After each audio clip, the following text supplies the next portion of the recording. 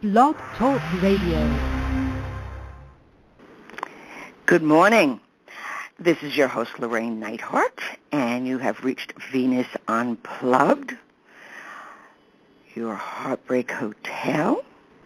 And what Psyche says, and what we do here is we explore all aspects of Venus, Aphrodite, mythology, fairy tales, so that we can begin to remember what was dismembered of the feminine nature, both in men and in women, because without consciousness of not only our ancestors and our histories and our natural talents, but with remembrance of authentic feminine, not the ones that religions have screwed up and years of different belief systems have had us go into a narcoleptic fit. We're trying to recall our true natures, the remembrances. So that's my thing with fairy tales right now, is fairy tales are the only remaining hints at the great mother before patriarch. There's, of course, there's astrology and tarot. These are also encoded languages of the great mother and the feminine, both in men and women. So we're trying to look at this, and we're trying to see, in this case, last couple of weeks I've been working with Ash Girl, which is the Grimm's version of Cinderella, because we just think there's one version of fairy tale, but there are hundreds. And if you want to go back and listen to the fairy tale code, you'll be able to grasp what's going on here, because fairy tales hold the kind of the pattern of the collective unconscious. They all hold this pattern. Each country or continent will have a different version. Details are a little different, but the pattern is the same, which is pretty remarkable. It's a unifying Maria von Franz, the famous Jungian. She studied fairy tales her whole life, and so all of her books, you know, The Evil and Fairy Tale, Shadow, all that. The Cat I was just rereading, which is a story of the feminine redemption by Maria von Franz. And these books and these are to be savored. These aren't how-to books. These, you know, bring you in and down and deep, so that you can have a relationship with the stuff you don't know about, but you know it when you see it, but you may not know what it's named. So today is the Sagittarius full moon, and that's called the Fool's Moon. So we need to see where we've been foolish or where we need to be foolish. Where have we allowed fear to block our creativity? It's a foolish act, don't you think? Okay. You see, because what happens is creative work brings the opposites close together where they yearn to be and not be. That's called the tension of the opposites. It creates the contradictions, the nuances, and the ambivalence that make real art and real life and real creative relationship. So Ash Girl's tension of the opposites. Now she's different than the I guess it would be, most people know the Disney. So we're going to talk about the magic tree and Ash Girl's helpers. In this storyline of Cinderella, Ash Girl, her mother dies. She's got the evil sisters. We went over that last week. That's pretty much standard fare. Okay, but in this version, the father is somewhat helpful, or at least he gets her what she needs. So he's on his way to the fair, and asks his stepdaughter and his daughter, so what would you like from the fair? And the stepdaughter say, oh, I want jewels, and I want dresses, and I want beauty, and I want all this type of thing. And Cinderella says, I want a branch from any tree that you happen to pass by. All right. So, of course, lo and behold, it happens. And he brings her back, I think it's a hazel, branch of the hazel tree. And what she does is she buries it at her mother's grave and then waters it through her tears. So what would that look like in our life? So we take a branch of the tree of life and we bury it in the memory, in this case, of the good mother. The dead mother was the good mother. She was the life mother, and right then and there's an opposite. She was the life mother, now she's the dead mother. Okay? And she waters it with her tears, with her sorrow. Tears, are the original holy water of the body. So she's suffering, but consciously, and she's proactive. She's not just a victim of the kitchen help. She's being guided by something in her, which lets us know the little ash girl within has powers. They're just not developed yet. So you need to do the actions or the ceremony or the dance or the writing or the art, whatever you need to do to get connected with this magic, these invisible forces that we really don't, unless we study very deeply, and that's a lifetime of work, what these really mean. And that's what she's up to. So the meaning of the magic tree. So in many versions of Cinderella, there's a wide variety of supernatural powers to which she can turn for help. So in this case, it's a twig planted on her mother's grave becomes a magic tree, which either provides her every need or is the dwelling place of her mother's soul, which assumes the form of a dove or a white bird. So we know from previous, the dove is a symbol of Aphrodite, the loving mother.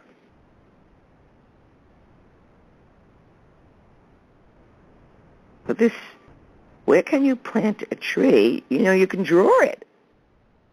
And then every day go and add a little, draw your basic tree. Don't forget the roots, because otherwise your tree is going to fall down. And every day you can go and add a little bit, or you can get a plant, and every day tend to it, with the intention that someday this tree or this plant will become magical. So the twig version, that also has an affinity with Beauty and the Beast formula, where the father goes on a journey and asks his daughters what he can bring back for them. So this happens. But with Ash Girl, her modesty, she doesn't ask for elaborate or valuable things. I mean, she asks actually for the most valuable, the tree of life, tree of wisdom, to know the difference between good and evil. That there's another discerning motif. And here's this magical tree. She knows that it's only through an act of the invisible can she make these connections. That's how our prayers get to heaven. So dare to be foolish, to do something that you're not good at, or do something that you so admire in another person but feel you don't have it within yourself, because very often what we absolutely admire and we disown within our own self. And it can be just a sheer appreciation. Doesn't mean you can sing opera, but you can have a deep appreciation for what that is. So with Cinderella, as this twig It's planted on her mother's grave, and it grows at a miraculous rate, watered each day by her tears. The tree, symbolizing the tree of life, varies from country to country. It is the date palm in the Middle Eastern version. In China, it's the peach. In the Celtic countries, it's the sacred hazel. Hazel lawns are also used for divination and dowsing because of its immense sensitivity. It's the tree of wisdom, inspiration, divination, and the deep cathartic powers. Hazel also appears in German versions, where the soul dove says to Ash Girl, "My dearest child, oh, tell me what you wish, and I will send it to thee." And Ash Girl replies, "Quake and shake, dear little tree, throw lovely remnants over me." So there's always these little rhymes, this magic. But she has the right to take the fruits of the tree because she's suffered to know this. And we need to suffer. And most of the time what suffers is our ego thinking it knows everything, when it's truth, it's psyche. It's the divine feminine that knows. But we need to know her way, her etiquette. Not the, come on, give it to me, and because I deserve it. Maybe you do, maybe you don't. But Cinderella takes the right attitude towards this dilemma that she's in. Okay? So after Ash Girl asks the tree to help her, and then the tree provides these magic robes of transformation when they are required for the ball. Magic robes of transformation. So in an obvious way, we get a pretty outfit and we're transformed. We're happy, we feel different, we're related to in a different way. When I used to make one-of-a-kind evening clothes, when I thought I had free will and that my fate was going to be a couture designer in France, I would watch people, I would design something that was really for them, right? And the difficulty they had accepting being beautiful in a different way. It was interesting. The price was never an objection. The beauty was. Be like, couldn't you do this? It's like, oh, so you would like me to wreck this for you? Why don't you just walk around with it? And because they knew it was on an unconscious level. Of course, I didn't know that then. I was 22 years old. What did I know? That what they really were afraid of was the evil sisters were going to be envious of them. And it's like, oh, no, this is too beautiful. So when you're hiding your favorite shoes or push-up bra or whatever the hell you're hiding in your closets, or that lovely tea set that you're saving for strangers who may not even like you, get it out of the closet, brush it up, set a tea, and you have it for yourself. And you dedicate it to your psyche. You dedicate it to your soul. You play with it. You don't save it. What's there to save? The purpose of it is beauty. Healing beauty. So stop with the styrofoam cups. And even if you have one lovely china teacup, or go get one in a secondhand store, or just go get one and give it to yourself. That's your magic cup that you must drink of and do the ritual of our morning brew every day. Because then psyche knows, the unconscious knows, that you really are willing to devote yourself to what she needs so that she can give you what you need. You can read all the books in the world, and that's cool. But it is an act, a symbolic act, that psyche understands. And that's what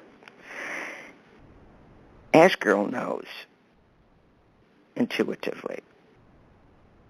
So in some way, the good mother is communicating with her She doesn't know it. And very often the greatest things that happen in our life, we're clueless. How did all this happen? Because the invisible world is listening. The unconscious does know, and it waits for us to not listen to fear, which is a lie, tells us to stop.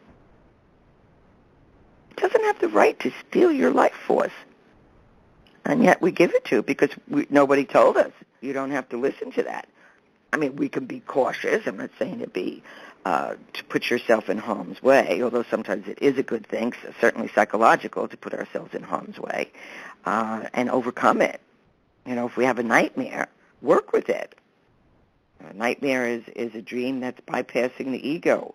It's giving us a formula, what the fear is, how we need to overcome it. So, but later in the story with our beloved little Ash girl, the very same bird responsible is responsible for wreaking vengeance on the cruel stepsisters by pecking their eyes out. Now, that's kind of interesting. This gentle dove turns into like Buffy, the vampire slayer. It just pecks their eyes out. Okay.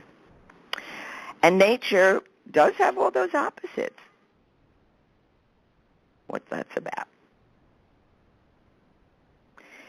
So with this Ash Girl cycle, the tree appears in, once again in these endless varieties of the pear and the pomegranate and the birch, all that stuff.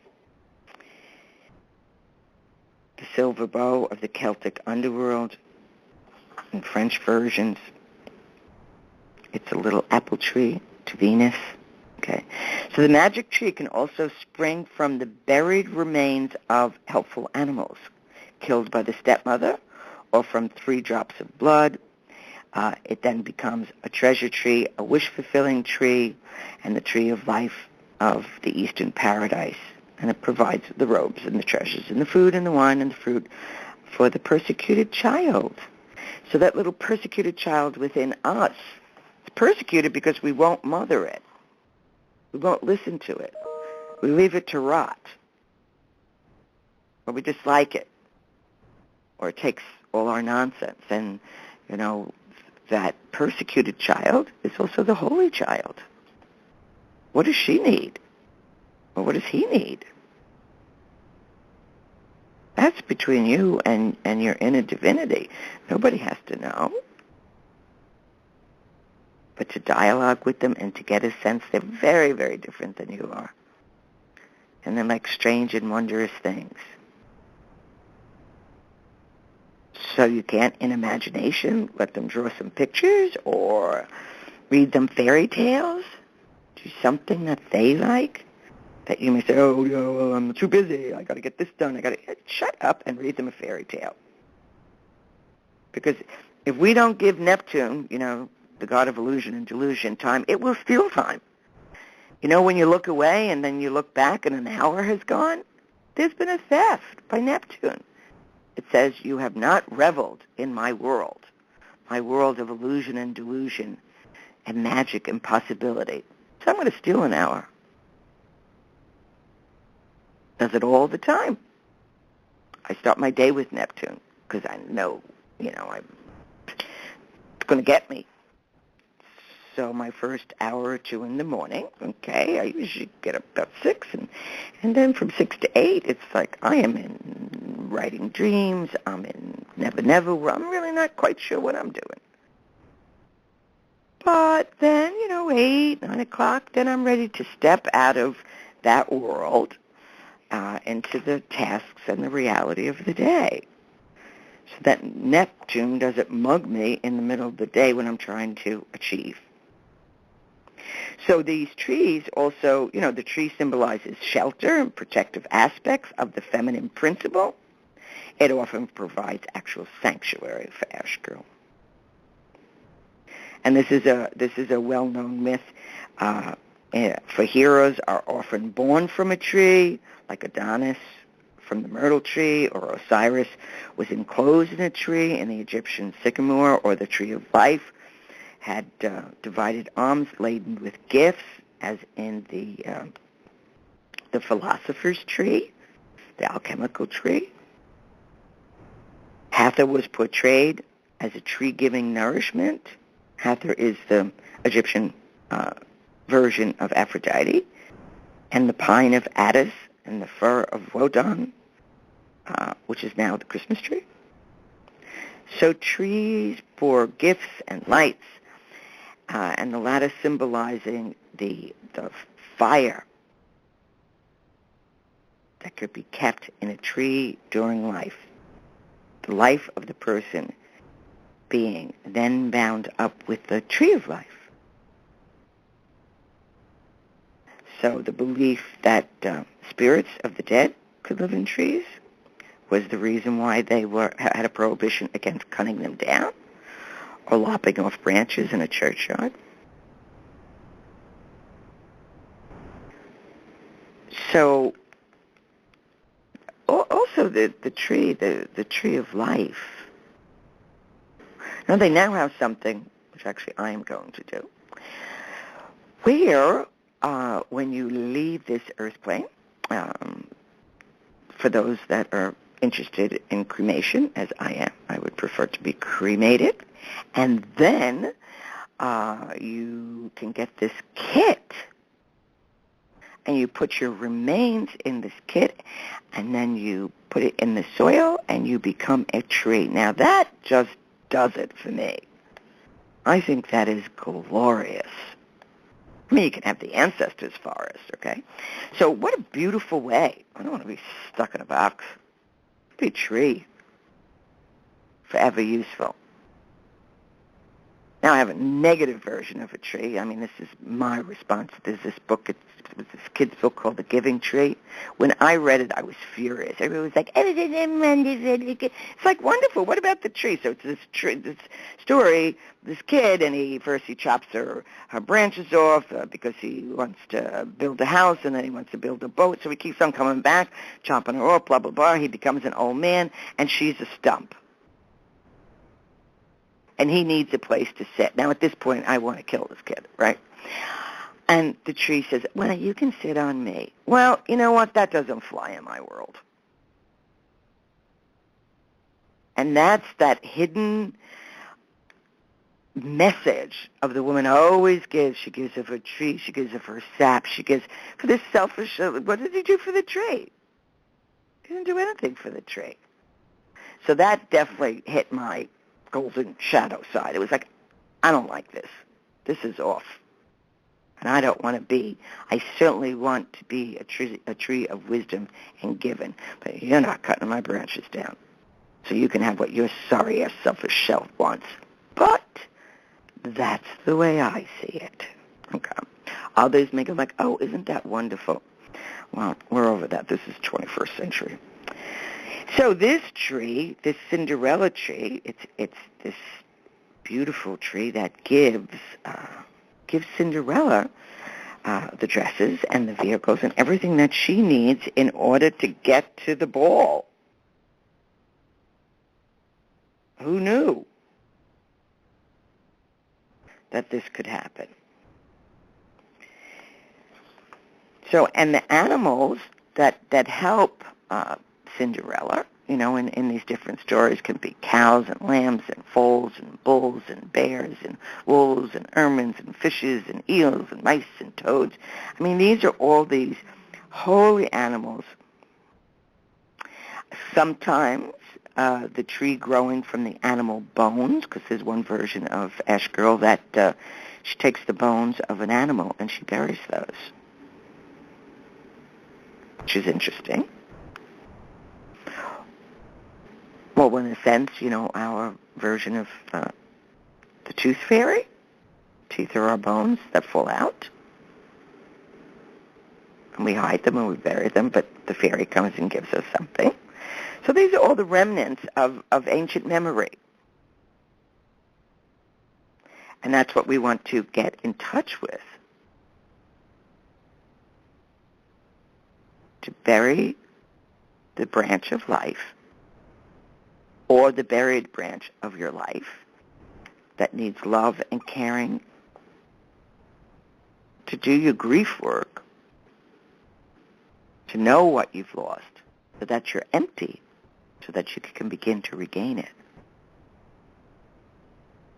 Because it's a constant state of life and death and ecstasy and turning to stone. That these are the dynamics of the Mother's Cross. These are the dynamics of the Great Mother. This is what it's about, and this is what she teaches us, in men and in women. We just about finish something and we turn around. Hello, there's another version of it. So we have to take some time out. You know, people who are workaholics are actually living in bad faith with time. Time says, no, this is what you need and then no more. But they keep on adding to it and then they curse time. I don't have enough time. No. You're inflated. You want to do, or you believe, you're delusional enough to believe that you can stretch time or outforce it. You know, man, time is Saturn. I wouldn't be trying that one. We all fall into it, but we really don't get more done. To a degree, multitasking, it's important at times. If you're having a life of it, you're not doing anything really good. You're not really doing anything that can give back to you, that you can tend to, that you can sit and have a cup of tea and look at that and go like, okay, yay. At the end of the day, don't make a list of the things you didn't get done. Make a list of the things you did and celebrate it. But if we're doing and doing and doing, or if we're in a situation that we're saying yes to doing and doing, for every yes you say, you're going to give at least 15 minutes of your life, if not more. So before you say yes, is this worth the sacrifice of time? I mean, it's nice to have the feeling that you're a good person, but there's no time left for you. So for you to grow, for you to tend to your tree, for you to go to the ball, for you to do your tasks,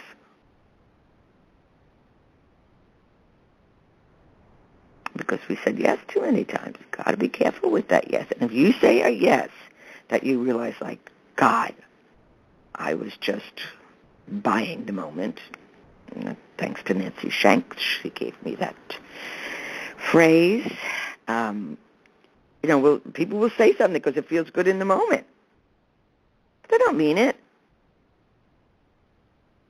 See, with me, my word is my bond. If I say I'm going to do something, I'm going to do it. Also, equally, if I say I'm not going to do it, I guarantee you, I'm not doing it.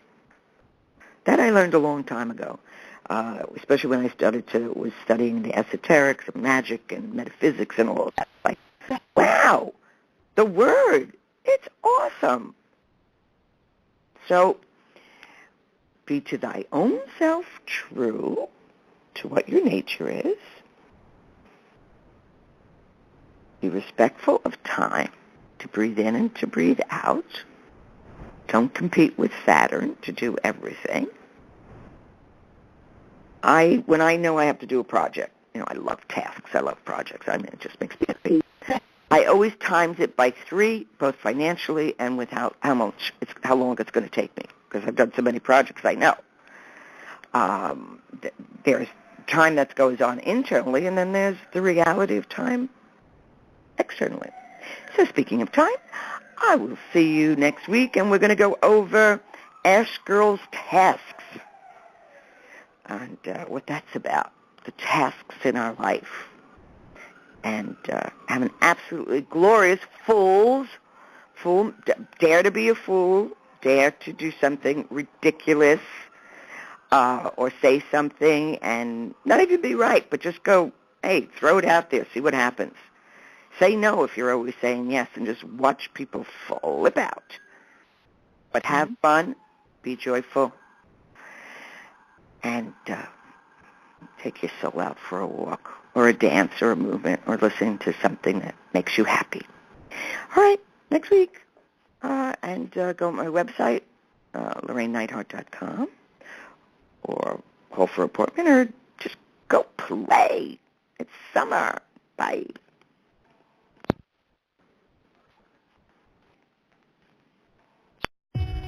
They're going to kill the love of my life. Casey! If I don't go back to what I was doing. Our line of work is quite brutal and quite ruthless. How far would you go for love? You steal truck, bring it to me. Then you make your money. Is it dangerous? Of course it's dangerous! Nicholas Hoult, Felicity Jones, with Ben Kingsley and Anthony Hopkins. All this trouble, all this pain, for love. Collide. Now playing. Rated PG-13. May be inappropriate for children under 13.